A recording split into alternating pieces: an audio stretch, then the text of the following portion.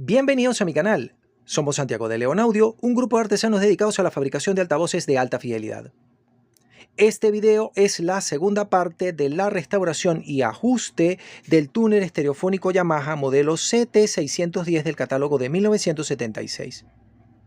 Aunque le será igualmente útil a los propietarios de los túner Yamaha modelo CT400, el más básico de la gama, CT410, CT410B2, CT510, CT510B2, CT610, este que tenemos aquí, CT610MK2, CT710, aunque es ligeramente distinto y ya lo traté en una restauración que hice en mi blog Santiago de León Audio en WordPress, CT810 y el CT1010 tope de gama.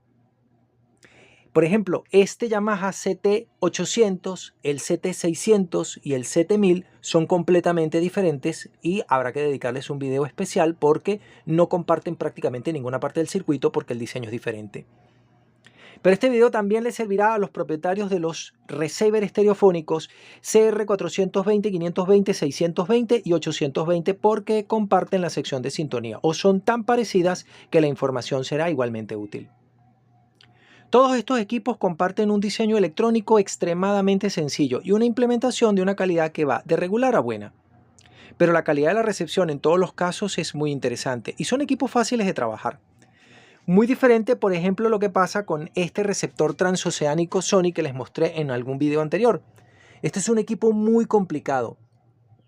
Primero porque tiene computadora, segundo porque tiene una sintonía asistida con PLL, porque tiene un montón de complicaciones relacionadas con la forma en la que lo hicieron, porque tiene doble conversor balanceado y doble conversión, y porque el bloque de banda lateral única es un fastidio para describirlo y para arreglarlo. No nos vamos a meter por aquí. Un túner estereofónico de alta fidelidad como estas dos piezas que les estoy mostrando, solamente tienen que sintonizar las bandas de transmisión comercial, las bandas de broadcasting. Entonces comparten muchas características. Tienen ambos el Yamaha CT610 y el Pioneer TX7500 que describiremos en otro video de restauración porque se lo merece. Una sección de AM, una sección de FM, un descodificador de sonido FM estereofónico, una unidad amplificadora de audio, los meter que indican la intensidad de la señal sintonizada y el centro de sintonía y poco más que eso. Insisto, muchísimo más sencilla que la implementación que hizo Sony, por ejemplo, de este receptor transoceánico o de los receptores transoceánicos que hizo National Panasonic. Panasonic también fabricó unos receptores transoceánicos excepcionalmente buenos. En Venezuela en particular es muy apreciada una pieza fabricada por la casa americana Zenith, que son los Royal. La serie Royal son unos receptores transoceánicos de AM, onda corta, FM, aunque no todos tienen FM, hecho completamente de transistores, completamente analógico, pero muy sensible. Recuerdo que los tenían muchos inmigrantes que llegaron a mi país para poder oír la transmisión de sus países de origen y enterarse de por dónde iban las noticias. Así que fueron apreciados y eran comentados como muy buenos. Seguramente muchos de ustedes ya no utilizan receptores de radio, ni mucho menos en AM, y tendrán recuerdos terribles acerca de la pésima calidad de recepción de AM, porque el ruido de fondo, porque la distorsión, porque el ancho de banda disponible, porque la señal era más intensa y más débil en función de las estaciones y en función del periodo del año y en función del día y de la noche, es decir, la señal de AM depende de muchas cosas. Los japoneses, debido a su geografía tan particular montañosa, pusieron un gran esfuerzo en que sus receptores de radio fuesen muy buenos porque la gente en las ciudades oye FM, pero la gente en el interior del país tiene que oír AM porque la FM no es capaz de propagarse en tales espacios. En particular estos dos receptores, es decir, la sección de radio de este Marantz Model 4300 y la de ese Yamaha CT800 en AM es muy buena, porque justamente estaban pensadas para recibir las estaciones de radio que pudieran tener cobertura en los grandes espacios, las planicies americanas o las montañas japonesas. Pero no todos los equipos pueden ofrecer esa funcionalidad. La sección de AM, por ejemplo, de esos dos receptores, esos dos tuner estereofónicos, el Yamaha CT610, 710, 810 y el TX7500 y 9500 no es lo más elaborado, aunque el 9500 sí tiene una sección de AM bastante interesante. De todas maneras, las secciones de AM, como cualquier otra cosa, no dependen tanto del diseño original, que hay unos que sí son realmente mediocres, este no es el caso, sino del ajuste. Vamos a ver cómo es la sección de AM de nuestro receptor Yamaha al que nos vamos a dedicar en este video. La sección de radio de este receptor en AM es muy sencilla. Lo primero es este tubo plástico que está aquí, que en su interior contiene un bastón de ferrita que opera como antena, y ese bastón de ferrita encima tiene una bobina que es la que induce la señal que sale por estos alambritos hasta el bloque de sintonía o tándem. El tándem tiene dos secciones. Esta sección es para la señal que viene de la antena y se encarga de formar un tanque resonante a la frecuencia de la estación de radio que yo quiero sintonizar, y este otro tanque hace resonancia con esta bobina que está acá y es el oscilador local. El oscilador local es impulsado por este transistor que está aquí y debe ser ajustado para que las frecuencias de cada una de las estaciones coincidan con los números que están marcados en el dial de la pantalla del receptor. Normalmente se descalibra porque esto con media vuelta, un cuarto de vuelta, una sacudida, un pequeño movimiento es suficiente para que se descalibre. Recordando que todas estas cosas son como las cuerdas de una guitarra. Pasa el tiempo, se desajustan y hay que volverlas a tocar. La señal de la antena, que tiene que ser amplificada, llega hasta este transistor que está acá. Ambas señales se mezclan en este par de transistores que vemos aquí y entran a esta bobina ajustable que está acá, que es la primera frecuencia intermedia. Los receptores de radio más normales tienen tres bobinas de frecuencia intermedia, una blanca, una amarilla y una negra. En este caso han dejado solo una, pero la han acompañado con un cristal resonante que está colocado aquí adentro y está permanentemente sintonizado a 455 kHz. Curiosamente, aquí debería haber una bobina de frecuencia intermedia negra que traiga el demodulador, pero el demodulador lo hace este transistor que está acá y estos dos dioditos de germanio que vemos aquí. Vamos a enfocarlos de la mejor manera posible para que los puedan apreciar. Esos diodos que están allí, bigote de gato, son unos diodos de germanio con una barrera potencial de solo 150 o 250 milivoltios encargados de demodular la señal. La señal demodulada sale por ese capacitor de poliéster metalizada y está lista. Estos condensadores que están aquí hacen la constante de tiempo de la retroalimentación negativa, lo que se llama control automático de ganancia, y se encarga de que todas las estaciones tengan más o menos el mismo nivel, cosa que no hace perfectamente. Una cosa que es interesante y curiosa de este sencillísimo diseño, apenas 4 transistores, es que él no tiene ganancia en ausencia de señal, es decir, él enmudece por completo y no deja pasar nada, con lo cual no oímos prácticamente ninguna estática. Ahora lo que vamos a hacer es calibrar todas estas bobinas. Yo lo hice cuidadosamente, pero les voy a mostrar sobre la marcha cómo queda, para que vean que el ajuste de cada una de estas bobinas y de este capacitor variable que está aquí arriba, solidario con el condensador grande, es importantísimo para tener la mejor recepción. Este es el esquemático que se corresponde con la sección AM de nuestro receptor. Aquí tenemos el bastón de ferrita y arriba están los capacitores variables que están montados en un lugar diferente de donde está el bastón, pero son los dos capacitores variables. La señal ingresa a este transistor, que es el amplificador de la señal de entrada. Esta parejita de transistores son el oscilador local, asociado con esta bobina que sale al capacitor variable que está en la otra placa, y este transistor que opera como mezclador y ataca al primer y único bloque de frecuencia intermedia. A pesar de tener uno solo, es altamente selectivo, porque Yamaha incluyó aquí un resonador de 455 kHz particularmente interesante. La señal de salida es amplificada por este transistor y detectada por esta pareja de diodos. Ya, aquí tenemos la señal de audio, que también es tomada para hacer la retroalimentación negativa a través de la constante de tiempo hecha con este condensador de 100 microfarad por 6.3 voltios, que ocurre que está bueno. Así que aquí no hay que cambiar nada. Lo único que vamos a hacer es ajustar un poco para que quede centrado en las frecuencias que corresponde y la sensibilidad del receptor sea la máxima posible. Ahora vamos a calibrar la sección de radio antes de renovarla. Una cosa no tiene que ver con la otra y no será un problema. Veamos. He sintonizado la primera estación del dial, que se llama YBKE Mundial 550 kHz AM. Vean el nivel de sintonía que tengo porque ya lo calibré. Tengo básicamente 50 puntos de señal. Pero miren lo que pasa si yo toco el oscilador local que estaba descalibrado. No voy a mover la aguja, miren, no voy a mover la aguja, sino que voy a mover el oscilador local. Y miren lo que pasa con el indicador.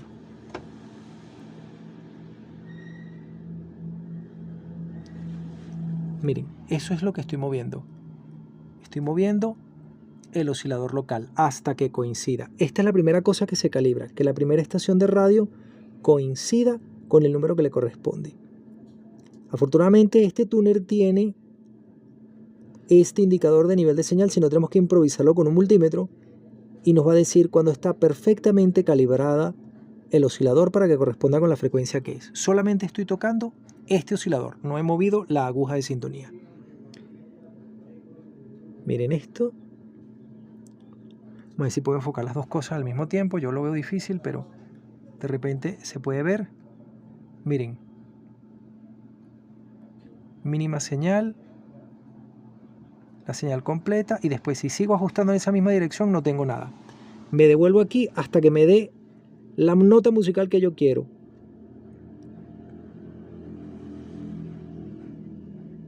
Ahí estamos. La segunda cosa que se calibra y que tiene el mismo efecto es el tornillo que está aquí adentro. El tornillo que está adentro que varía la inductancia del bastón de ferrite. También se calibra y se logra el mismo efecto. Es interesante que calibremos para que la estación de radio, la primera del dial, esté donde corresponde, con el máximo nivel de señal posible, y luego calibremos la antena para tener el máximo nivel de señal posible. Cuando me dieron este radio se oía una sola estación. Ahora van a ver lo que pasa después. Ahora tengo sintonizada otra estación que está en el medio de la banda y que cuando traté de agarrarla la primera vez era muy débil. Y miren lo que pasa. Como ya el oscilador local está correctamente ajustado y la antena está correctamente ajustada, toca ajustar el bloque de frecuencia intermedia. Eso se hace aquí. Y miren lo que pasa. Miren lo que pasa. Solamente tocando la frecuencia intermedia.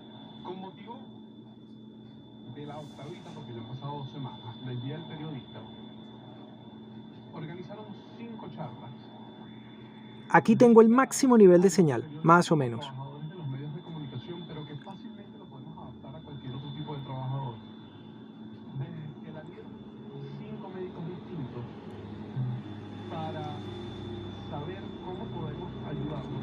Los bloques de frecuencia intermedia están identificados con los colores blanco, negro y amarillo. El oscilador local siempre es rojo. Esto se calibra primero y luego se calibran los bloques de frecuencia intermedia. En este caso es uno solo a 455 kHz. Al lado de él hay un cristal resonante de 455 kHz que no vamos a ver desde afuera porque está debajo del blindaje y no tenemos que tocarlo. Y falta una tercera parte de la calibración, una estación que esté en la parte alta del espectro para calibrar el capacitor variable de sintonía. Ya van a ver. La señal de más alta frecuencia que puedo sintonizar hoy por alguna razón no es Radio Deporte 1590 AM, 1590 kHz AM, sino solo por aquí, por los 1050, 1100 kHz. La cantidad de señal que consigo es escasa, pero les voy a contar qué pasa. Con la señal de la frecuencia más alta se ajusta este capacitor, el capacitor de entrada de antena. Okay, esto lo estamos haciendo en vivo con la máquina prendida. Miren lo que pasa cuando yo toco este capacitor. Ajustable. Solo este capacitor, nada más. Miren.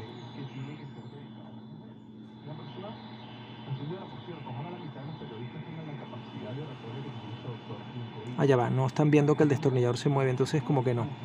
Miren.